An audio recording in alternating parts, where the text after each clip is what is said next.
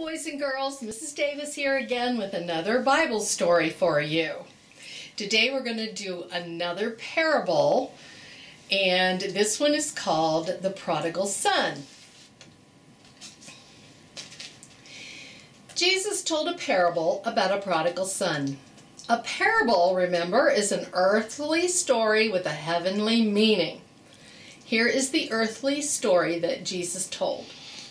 A father had two grown sons. His younger son came to him and said that he wanted his share of his inheritance. Maybe the son felt there were too many rules at home. He wanted to leave home. His father was sad that his younger son wanted to leave home, but he gave him his inheritance and watched his son leave. The younger son went to a faraway country and soon made friends. He had a great time eating and drinking and wasting away his father's money. As long as he had money, his friends hung around him and helped him spend his money.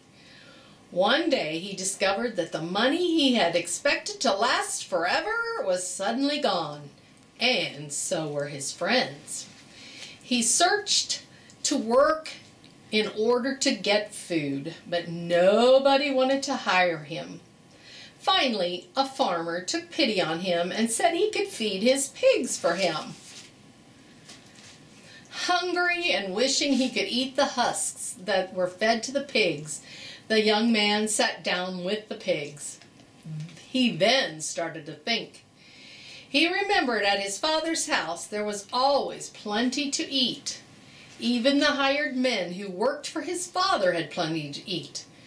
Then he came to his senses and said to himself, "I will go to my father and say to him, 'Father, I have sinned against heaven and before you, and I am not worthy to be called your son. Make me as one of your hired servants.'" The prodigal son began his long journey home. He was returning in rags, with his head bent down low with shame. What would his father think? Maybe his father would not receive him. As he was still in a far distance, his father saw him.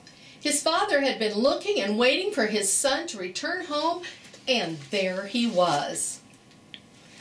The father ran to meet his younger son and threw his arms around him and kissed him.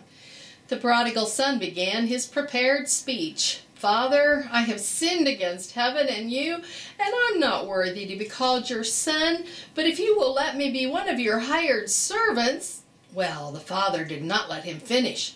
"Bring the best robe to put it on him," he ordered his servants. "Put a ring on his hand and shoes on his feet, and kill the fatted calf. We are all going to have a celebration because my lost son has been found." The enormous banquet was like a homecoming party. Everyone was happy, except one person, the older brother. He heard the rejoicing and asked, "What's going on?" A servant said, "Haven't you heard? Your younger brother has come home and your father has killed the fatted calf." Instead of being happy to hear this, the older brother became angry and wouldn't go to the celebration. Finally, his father came out to persuade him to come in. "I've stayed at home and worked for you all these years, and you never gave me a party like this. But as soon as my younger brother who wasted your money comes home, you kill the fatted calf for him." The father said, "Son, you are always with me, and all I have is yours. But my son was dead and is alive again. He was lost and is found."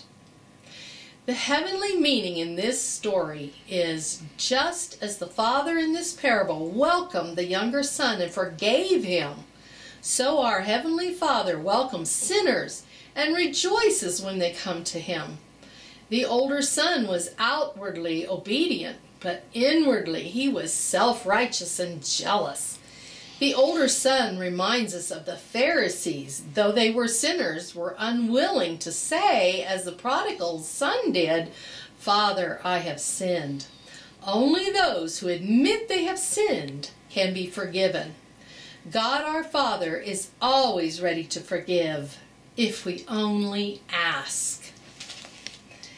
And now I'd like to share with you a Jot story. And I know you all love the Jot stories with the black light, but it didn't work as well last time. So we're going to just do this Jot story in the light. So we're going to try. This is Jot. Usually he is a very happy boy that has a smile on his face. But today he is angry with his parents. Jot had told his friends that he would meet them at Six Flags, an amusement park, but his parents said they couldn't take him today. Jot tried arguing with his parents and telling them that he just had to get to Six Flags and be with all his friends. He didn't want to be left out of all the fun. It just wasn't fair. But his parents said no. All of a sudden, Jot had an idea. Jot ran to his room and broke into his piggy bank. Yes, there was enough money to get in at Six Flags and a little extra to play some of the fun games. Then Jot packed up some of his things and off he went to catch a ride with his best friend Jerry. Oh, how excited Jot was to be at Six Flags. After paying for his ticket, Jot ran to find all of his friends. Jot and his friends were having a great time. Before long, Jerry's parents said it was time for them to go and Jot could have a ride back with them. Jot was still having too much fun and decided he would catch a ride later with Andy. Jot saw one more big ride that he hadn't been on yet, so off he ran. He hadn't noticed that it was getting late and that Andy's family had left, not knowing that Jot had needed a ride home. Jot finally realized that he was alone. None of his friends were around. Jot was scared. What would he do now? He was really sorry that he had left home without even telling his parents where he was going. Jot thought to himself, boy, my parents are going to be really mad at me. Jot reached into his pocket and pulled out the last of his money. It was just enough to make a phone call home. He was hoping that his parents weren't going to be too mad at him. Well, Jot was happy and surprised to find out that his parents' reaction was very different than he had imagined. They weren't angry with him. They were relieved to know where he was and that he was okay.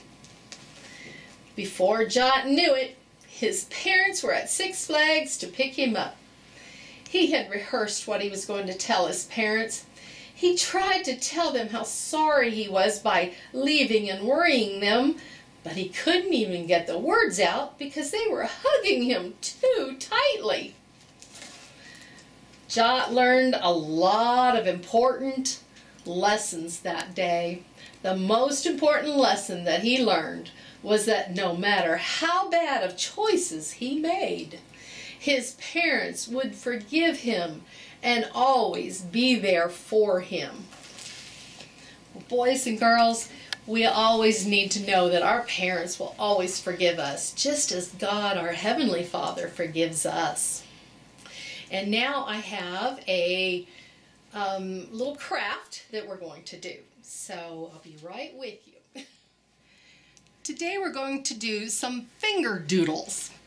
Now, if you have an ink pad, it's much easier to do. You just put your thumb in the ink and put it on the picture there. And then you take your little finger and put another one right there. So we actually have a head and a body. But I know you all are stuck at home and you don't necessarily have an ink pad. So if you get some magic markers, washable ones, make sure you okay this with your parents. You can actually color your thumb with the magic marker. Put your thumbprint down, color the tip of your little finger, and you have a little head.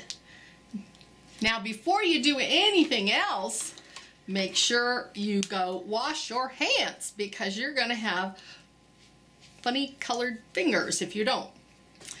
Now, when you get back from washing your hands, we're going to make these little critters into some pigs because our prodigal son had to feed pigs. So first thing you're going to do is we need some little triangle, open triangle or ears up on top, and a circle just on the head, okay?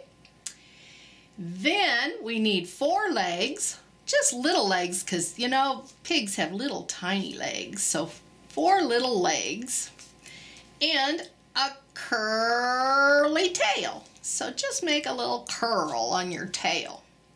Now you need eyes, 2 little eyes, and on the mouth, it's actually his nose, you're going to put 2 little dots right inside that circle.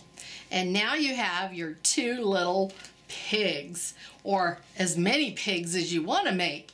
And you can even draw maybe a thing and make him playing in the mud puddle. You know, pigs love to play in the mud.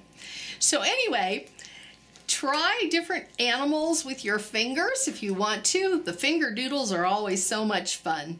But as you make your pigs, remember our story of the prodigal son that had to feed the pigs. And for today, thank you, boys and girls. Till the next time, bye-bye.